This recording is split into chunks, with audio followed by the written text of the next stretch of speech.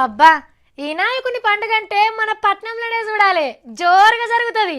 పెద్ద పెద్ద విగ్రహాలు, చెక్కులు మెరిచే కలర్ కలర్ లైట్లు, అబ్బా అనిపించే డెకరేషన్లు ఏమన్నా ఉంటాయా? ఆ 9 రోజులు ఆటలు పాటలు భజనలు అన్నదానాలతో మంచిగా కొలుసుకుంటారు.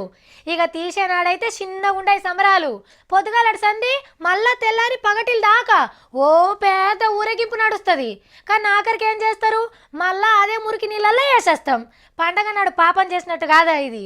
మొత్తానికి గణపతి మహారాజు మెచ్చే పనోటి జరగబోతుంది పండక్కు.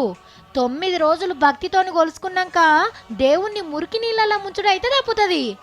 ఆగో, మరెట్లా దేవుణ్ణి బాయిలేస్తారు అని అంటారా? సెపరేట్ కుంటలు తవ్విపిస్తుండ్రట. హుస్సేన్ సాగర్ చెరువు పక్క పొంటే ఒక పెద్ద కుంట తవ్వి నీళ్లు నింపుతారు. చిన్న చిన్న విగ్రహాలు తీసుకుపోయి లేస్తారు.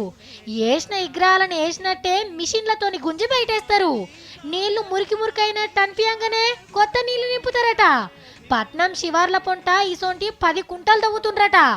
ఎక్కడో లక్కనే నిమజ్జనం చేసుకోవచ్చు. ఏమున్న పెద్ద విగ్రహాలే ట్యాంక్ బండి మీదకి వస్తాయి. బెంగళూరు పట్నంలా ఇట్లనే చేస్తారట పతేడు. ఆగ చూడుండ్రి కుంటలు ఎట్లా తవ్విండ్రో. 7-8 అడుగుల కంటే లోతుండయి. మళ్ళా ఆడ మనతాన లెక్క 50 అడుగులు 60 అడుగుల విగ్రహాలు పెట్టరు. మోతాదు నిలబెట్టి ఈ కుంటలలో నిమజ్జనం చేస్తారు. కుంట చుట్టూ నిలబడి దేవుళ్ళని ఎట్లా నిమజ్జనం చేస్తుండ్రో మనం కళ్ళ నిండా చూసే భాగ్యం కలుగుతుంది. మనం కూడా గిసొంటి కుంటలలో వేస్తేనే మంచిగుంటది. ట్యాంకు బండి మీదకి పోయి తిప్పల పడే కంటే ఇవే నయం. అట్లనే మెల్లమెల్లగా పెద్ద పెద్ద విగ్రహాలకు బదులు చిన్న చిన్నవి పెట్టుకుందాం. మట్టి దేవుళ్ళని పెడితే ఇంకా మంచిది.